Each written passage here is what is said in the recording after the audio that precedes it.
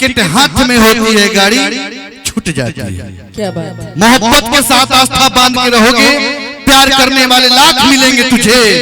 दौलत के घमंड में क्यों जीते हो?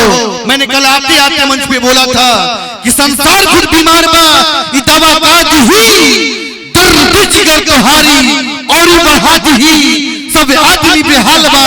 दौलत के भूख से रुपया मिली त रिश्ता उभजा दी, दिल जे पे विश्वास करी उहे बाजार में तोहे चूना लगा दी।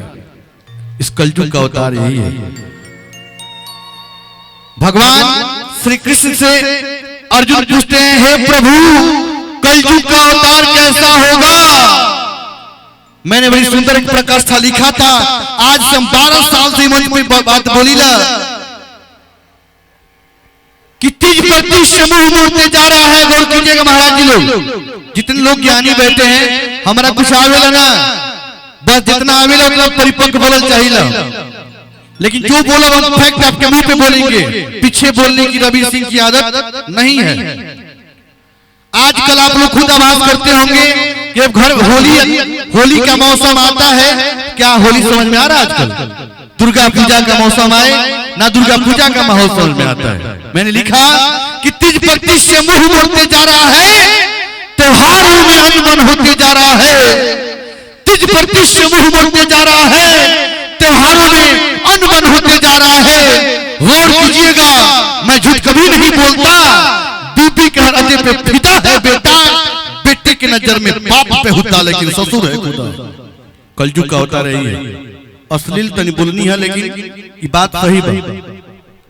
मैंने बोला जब हम अपने घर में माँ के घर में रहते हैं, मैंने कहा ऐ पागल हवा जरा धीरे बहो। मैंने कहा ऐ पागल हवा जरा धीरे बहो, तेरे बहने से मेरे घर का दिया बुझ जाएगा। इसी देश से मेरी माँ मुझे नजर नहीं लगने के लिए काजल बनाती है। मोहब्बत का आस्था देकर अपने स्तन की दूध पिलाती है। ताली ठोकना है तो ठोको, वरना कलयुग के अवतार में जीते रहो तुम्हारी मर्जी। आइए हम तनिक क्षण नहीं लेते हुए अलौकिक पुरुष रणधीर सिंह का ये दिन है, आप सबों का आशीर्वाद जो इतने मंच पे बैठे दिग्गज का लगा। मैं कल भी इनको इन सब के बारे में परिचय दिया था, मैं आज भी बताना चाहूंगा। इनकी वादकी पे खुश हो जाइएगा। दो चीज दिखाई आप सबके, बिना आप व्यंजन नहीं बजाइएगा, आप ऑर्गन नहीं बजाइएगा। देखिएगा तो ये जोड़ी है, और सचिन तेंदुलकर और सहवाग की जोड़ी। ये बात भैया दिखाई स्टाइल में आप पकड़ ली सब नहीं के देखेगा। ताली बजाना है आप लोगों को। आज एंकरिंग कम होगा, गायकी ज्यादा होगा, वादकी ज्यादा होगा।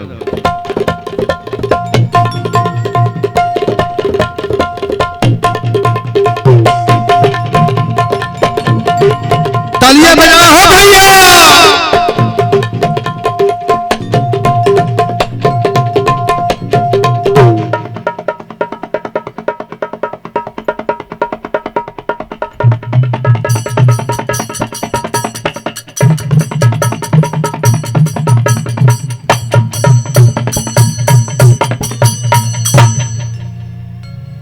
वाह क्या बात।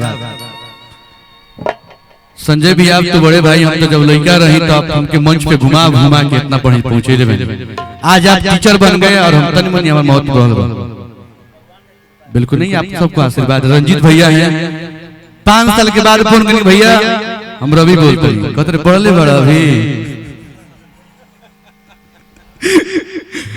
जरा पाने की चाहत में बहुत कुछ छूट जाता है, नदी का साथ देता हूँ समंदर रुक जाता है। जरा पाने की चाहत में बहुत कुछ छूट जाता है, नदी का साथ देता हूँ समंदर रुक जाता है। ये मोहब्बत लिखने पढ़ने में बड़ी आसान होती है, मोहब्बत को निभाने में पसीना छूट जाता है। कोई भी मोहब्बत हो, कोई भी मोहब्बत हो। एक बात बताना चाहूंगा, भोजपुरी का सिने स्टार, भोजपुरी का अभिनेता, भोजपुरी का लाल, जिसने बड़ी कम समय में अपनी दुनिया में महत्वाकांक्षा को पताका पंचम को फहराया है, आज भोजपुरी को लेकर लंदन तक गया। अभय सिन्हा भोजपुरी के सबसे बड़े प्रोड्यूसर हैं, जिनका हाथ उन पे चला जाए वो आदमी हीरो, जीरो से हीरो बन जाता है। आज रितेश पांडे लगातार 150 फिल्मों का हीरो, आपके बीच आपका बेटा आ चुका है। महत्वाकांक्षा इस तरह से देना जिस तरह से गंगा की जड़ी बूटियों में कोई रोग हो पी लेने से रोग ठीक हो जाता है, मोहब्बत की आस्था मिल जाती है, श्रद्धा सुमन बन जाता है, उसी तरह रितेश पांडे उसकी गायकी सुनने से आत्मा और मन मुग्ध हो जाता है। एक बार जोरदार ताली बजा देना रितेश पांडे के लिए। आपके बीच रितेश पांडे आ गए हैं। मैं कल बोला था रितेश पांडे का मंच है, कल भोजपुरी का भी मन्नू, भोजपुरी के विश्व पितामह कहे जाते हैं भरत शर्मा मनोज तिवारी जी। भरत शर्मा 2-4 कहे जाते हैं, विश्व पितामह कहे जाते हैं मनोज तिवारी जी। भोजपुरी का भी मन्नू, आरा का लाल, बराही का बेटा, भारत नहीं पूरे हिंदुस्तान का बेटा गोलू राजा कल कार्यक्रम इस मंच पे प्रियंका भास्कर और अर्चना पांडे की।